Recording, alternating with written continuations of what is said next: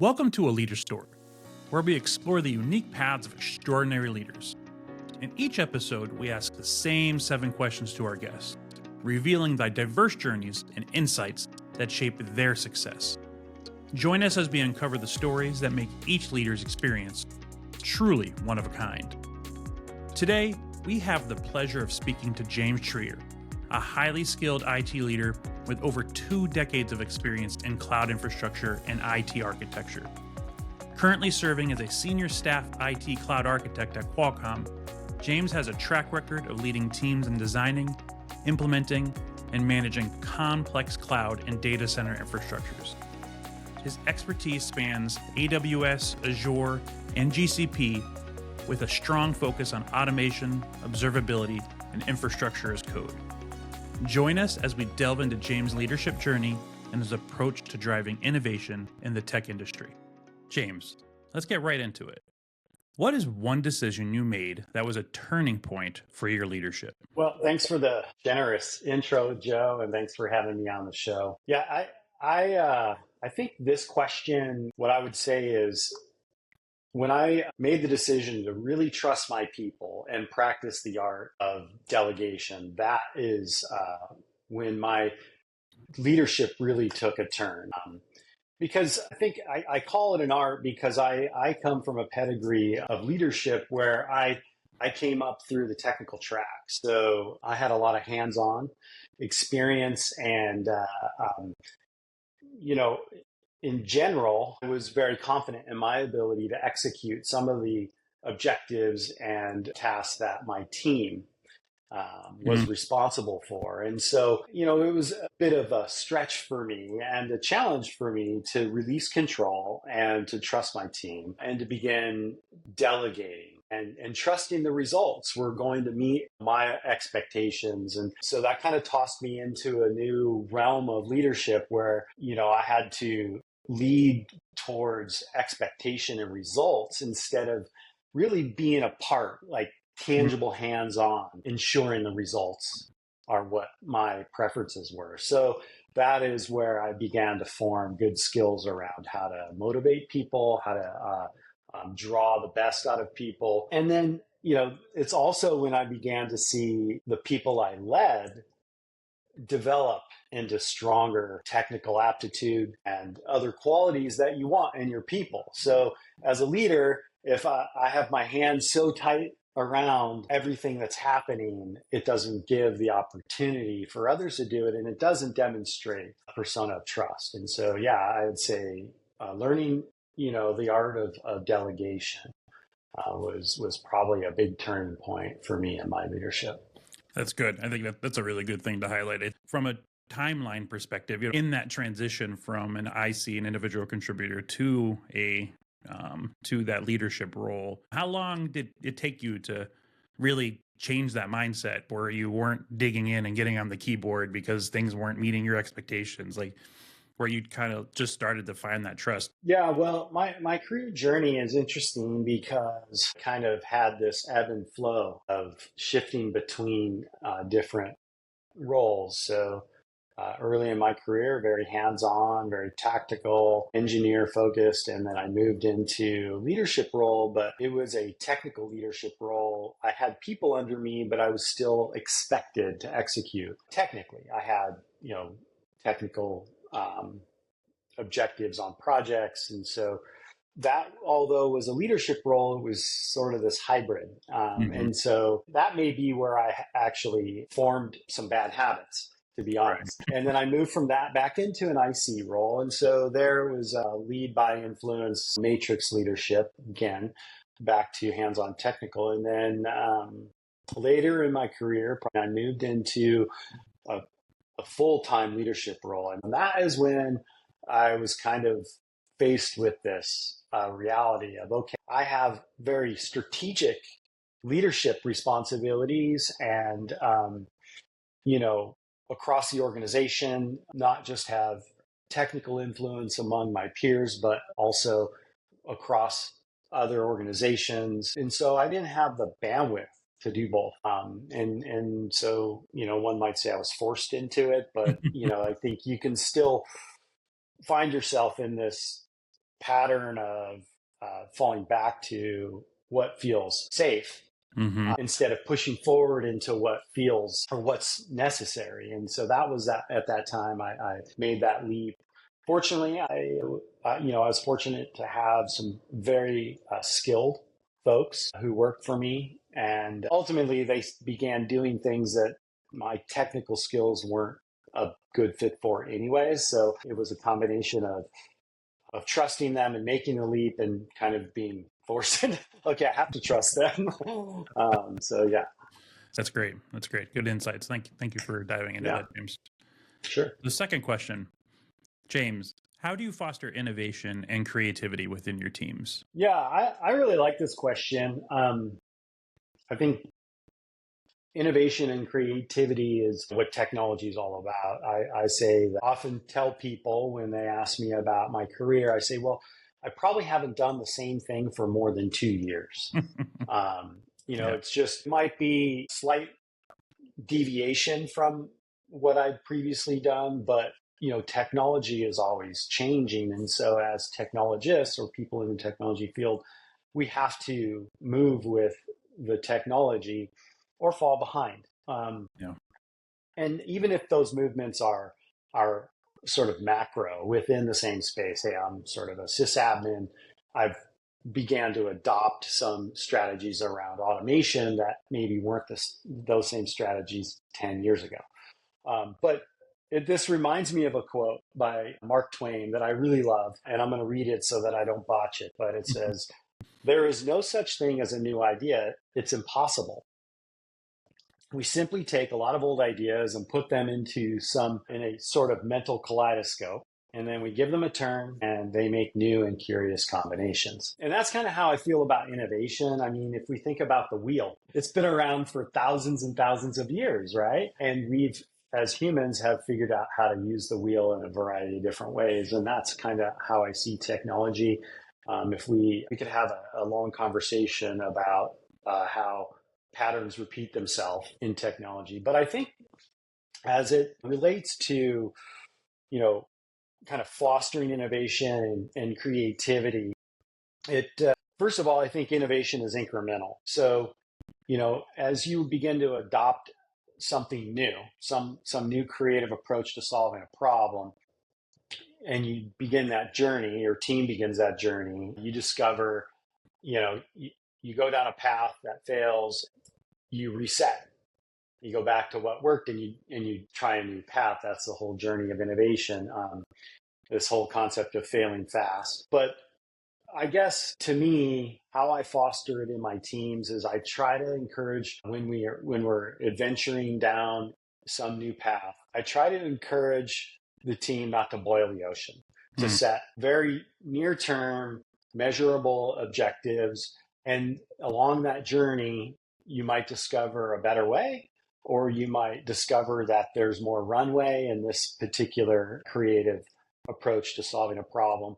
Or you might get to that goal and say, it's perfect. But I think just not trying to boil the ocean, setting this, grandiose objective that ultimately becomes sort of a, minutia, deep mud that you can't move through. So I think innovation has to be very quick and iterative, failing fast, agile. And so I try to ensure those philosophies are forefront in the minds of my team.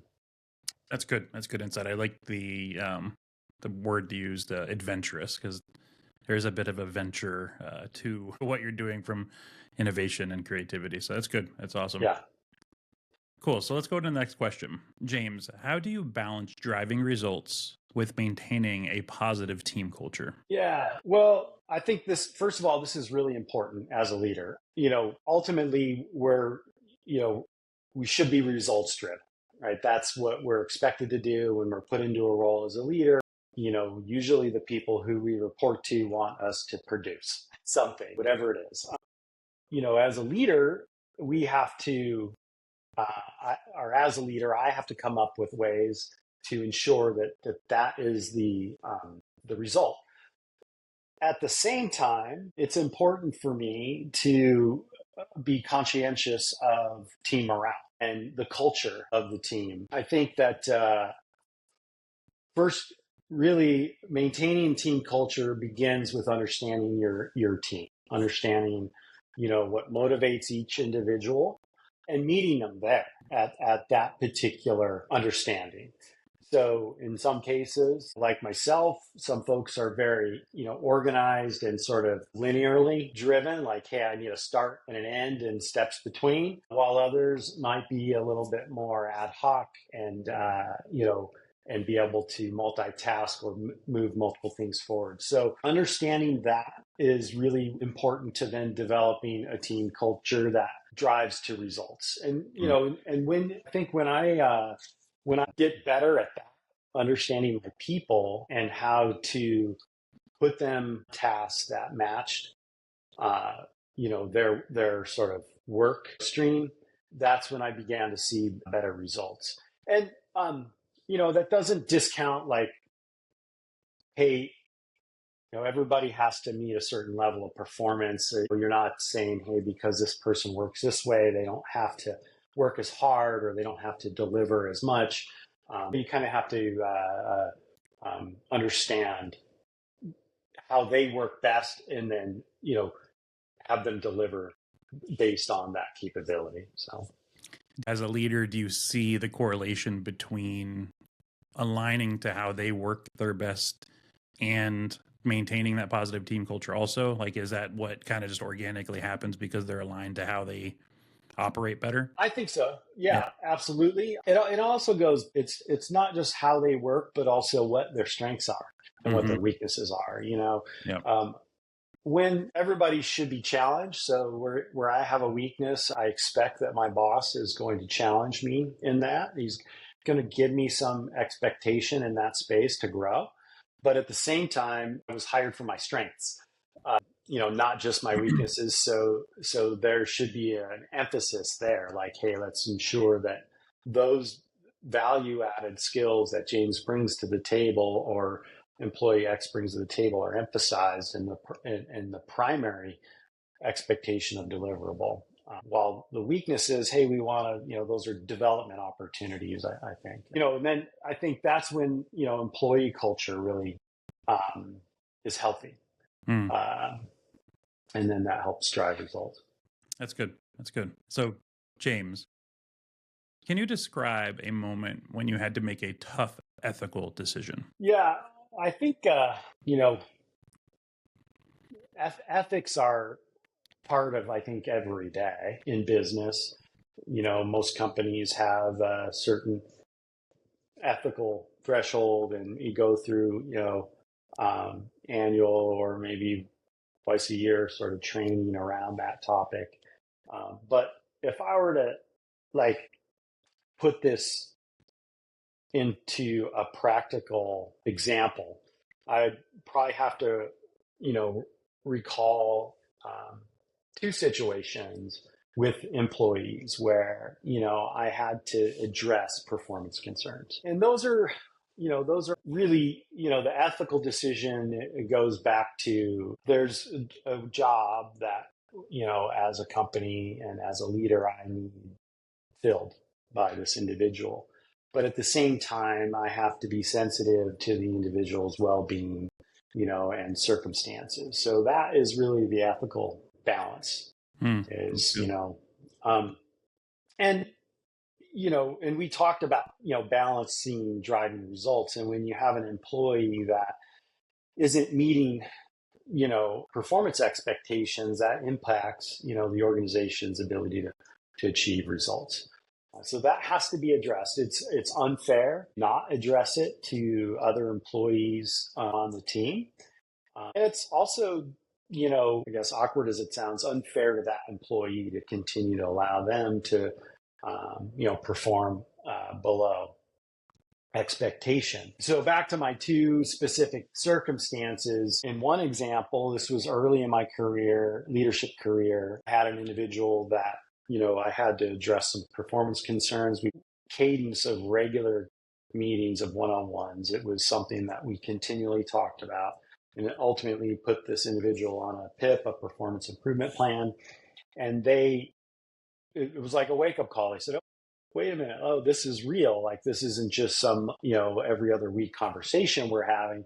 And that individual rose to the occasion, made changes, changed their attitude, changed their performance in delivering on their job, and turned it around. And so that was a positive. The second one was not such a successful result and ended up in terminating the employee. And that was, difficult decision. I can say that, shortly after that happened, probably within 6 months, I did get some messages from that individual who's terminated, and really they said, hey, thanks for being honest with me. And really, it was difficult what happened, but I appreciated it. Kind of woke me up and made me realize that I'm, accountable to my own success, and that I can't ride on the coattails of my peers, and I can't expect my manager to coddle me.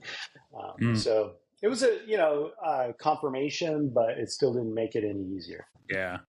I think that's an interesting one. And I think that leads well into the next question. James, what role does feedback play in your leadership? How do you both give and receive it? Yeah, feedback is important. In my experience, it is difficult to get direct feedback unless you ask for it. There's very few people that are going to approach you and say, hey, I have some feedback for you. It's a unique individual that does that. Now, that being said, I can tell you I've been in work environments where that is actually, it was sort of a culture within the organization. And it was, but that organization was very focused on healthy organization development. So there's a couple of years there where like from the top down, it was a priority. And so there was, sort of this, it wasn't uncommon to get direct feedback from my boss's boss, or even higher up than that, which is nice. Honestly, I appreciate it. Of course, it's nice depending on how it's delivered. But I would say that feedback played a significant role in my leadership development in that time in my career. When I stepped into sort of full-time leadership, that culture really helped me develop as a leader because of that. I would say it's generally, it's easy to get feedback from your direct manager because you're probably talking to them frequently and they're giving you guidance on what they want you to do and what might be the best approach to achieve that, what you do well and what you should work on. But outside of that, like I said, it takes, you either have to be intentional and pursue it, or there has to be a culture of that within the organization. So how do I give feedback? I try, after my experience in that organization, I try to make it a priority to, give feedback and be positive about it and say, hey, I really like this and you did this really well. This was good information. Did you think about not, but if you use the word but, it basically terminates everything prior to what you just said. But I try to be, and I just used it, I try to be more inquisitive and cultivate the creative thought process of the individual that I'm trying to give feedback to. Make them an active participant in their own feedback process. Of course, there's always, most organizations have sort of this formal review process tied to merit and bonus and et cetera. And so that's always a good opportunity for feedback. I think that there are, examples when I've pursued giving feedback on specific individuals, either because I thought they did, an exemplary job or had been working above expectation, or even conversely, but make it constructive. So I think that kind of leads into the next question well, too, because I think feedback plays a role into this. James, how do you continue to grow and develop as a leader? Yeah, I guess the one-liner is always be open to, something outside of my own purview. I believe that as a leader, I'm only as good as the sum of the whole. And so if I don't value, the contributions of the folks on my team, and I don't promote their participation, then, I'm not I'm not fulfilling the role as a leader. And so continuing to grow, I think, means that I have to always scrub off previous misperceptions or perceptions of people, circumstances, technology, even. Wow, that's good. This product doesn't work because I've tried that one before. It's like, well, this is a different scenario where this. So I have to continue to scrub off my beliefs about, what I thought was truth before, or fact about this individual. But I would say that, that is a difficult process because I am a creature of habit. When I think I know something, I know it. And so I just ask my wife. She'll tell you. But I think that really is, how do I continue to grow and develop as a leader is always being, I guess, prepared to change. Prepared to change. I like that. I like that a lot. I think let's talk about that a little bit more because I think Yes. I really like what you said around scrub off the perceptions. That's a really good thought. So, if any more thoughts around that? Yeah, well, and I think it's, the concept applies to a lot of the behaviors we do around developing as a leader. Like, say, for example, we read a book, and that book has, strategies for new leadership. Well, we can't take those strategies and apply them with our old thought process most of the time. Yeah. Right? We have to change the way we're thinking about our leadership philosophy in order to adopt a new philosophy. So I think, it goes back to just being, we have to be willing to change, willing to see, a circumstance, an individual problem, in a new way. And it aligns well even to your quote with Mark Twain, right? Because it's basically every time you're adding that in, you're just twisting the kaleidoscope and seeing a new perspective. So that's good. I like that. That's going to stick with me for a while. I like that. Yeah. So good segue into the next question, James. James, what leadership book or books has influenced you the most, and why? I got it. It's been fun listening to the previous guests and how they've struggled to, pick one book, because there are a lot of great books. And some of the leaders, I feel pretty honored to be in the company of the leaders you've had on the show, because I know some of them personally, and I've been under their leadership and seen, how well they lead organizations, and others I've known for a long time, even though I've never worked directly under them. But they had a lot of different books. I was able to just pick one, not because there aren't a bunch that aren't good. It's just that I felt like this one book really put into words and really put into philosophy what I already kind of believed and tried to practice, but it really sort of, formalized it for me. And it's a book by Patrick Lencioni, and you actually mentioned it on one of the previous sessions. I think it might have been with Matt, but The Ideal Team Player. Mm.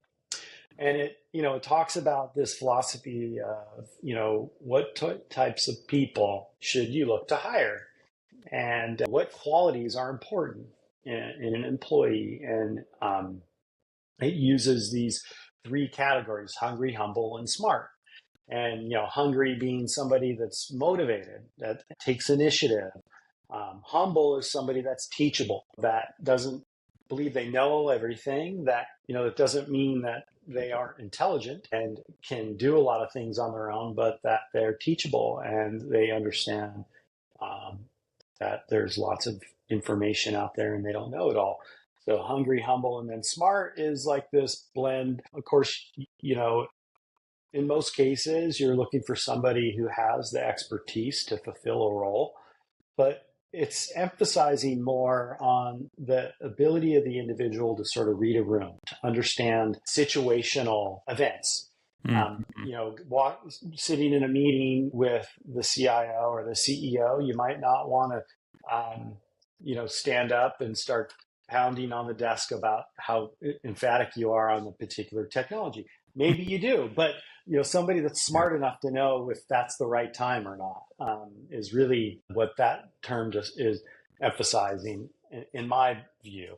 And so that helped me because in a couple of my previous leadership roles, I was building teams and I was doing a lot of hiring. In one scenario, we ran a whole program where we were getting college graduates right out of college, and we were, sort of training them in their future career. And, it was a new college grad program. And I forget how many we had come through, but it was probably a dozen, or more between, new college grads and interns. And, in those interviews, you're not going to find somebody that has hands-on expertise with things that you want to achieve, but you can look for hungry, humble, and smart. Yeah. And so that was, I think, a big influence to my leadership at the time. And it actually, reminded me of the qualities that I need to continue to strive to sort of, have in my daily role. And, as a leader, but also now even as an individual contributor, I have to continue to value those qualities. Yeah. So.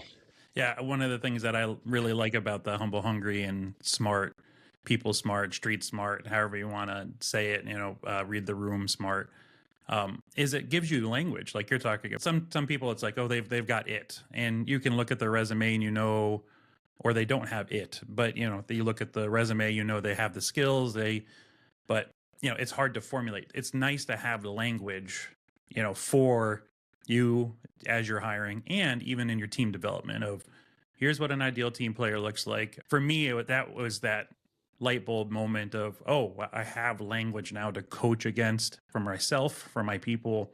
And, if these are the core metrics, a lot of the other stuff will fall into place, right? If everyone is operating in those humble, hungry, and smart realms. So that's good. That's a good one. I totally aligned to that. Yeah, I heard some good books though from other folks. I've got it's funny because it's the toughest question when people try to nail it down to one, but I think that is a good one to highlight.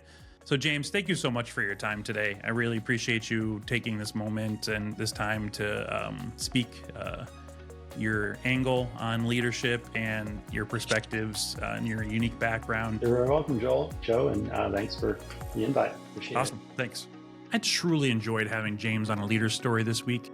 His ebbs and flows in his career between individual contributor and leader give him a very unique perspective that can add value to many leader stories. Thank you for joining us on this week's edition of A Leader Story. If you enjoyed the episode, please like and subscribe to help more people discover these inspiring leadership stories. And don't forget to tune in every Tuesday for new episodes. See you next week. And keep writing your own unique leadership story.